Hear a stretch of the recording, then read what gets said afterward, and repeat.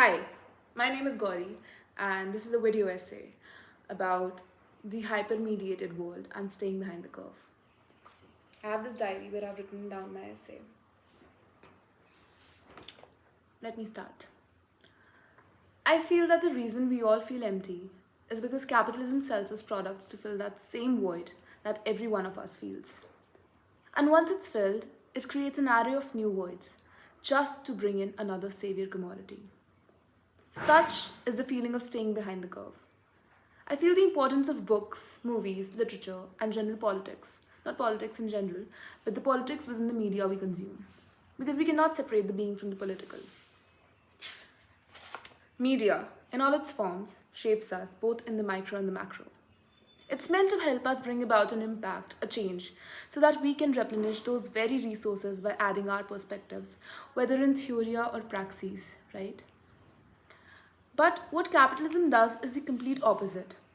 We think we have so many resources available, so many great books, amazing movies, constant news updates and articles, albums to pre-save and or analyze, and suddenly we start feeling overwhelmed because now we have to catch so many balls all at once that we end up catching none.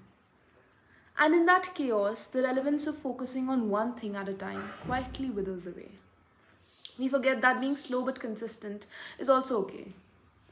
We are humans and we have humanly limitations. It doesn't have to be a race to the last ounce of breath. Maybe the point of media beyond enjoyment and or information was to evolve the same media to contribute something back, but now it's shifted. We don't engage as artists, learners, enthusiasts, connoisseurs, audience members or listeners anymore. We are consumers. We consume.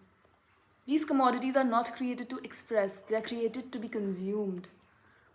Art has shifted from being made for art's sake to being made for the consumer's pattern of consumption.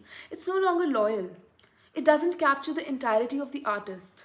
It's influenced by the desires of patrons, algorithms, and the censors. Even niche independent art isn't untouched. It's still made for a specific pattern of consumption. Once the artist gets a hang of their target audience, they maintain that aesthetic. They stop experimenting. They stop engaging with their authenticity. And we, the consumers, are stuck in this endless loop of having an overwhelmingly vast number of options. Consuming art no longer means engaging with it. It becomes a victory, a badge. Because we feel the need to know every pop culture reference to stay updated, not to engage and learn, but just enough to belong in the conversation.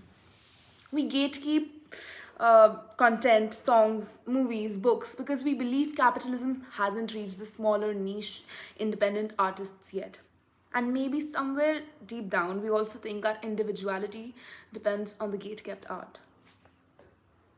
That it saves us from capitalism's bloodied hands.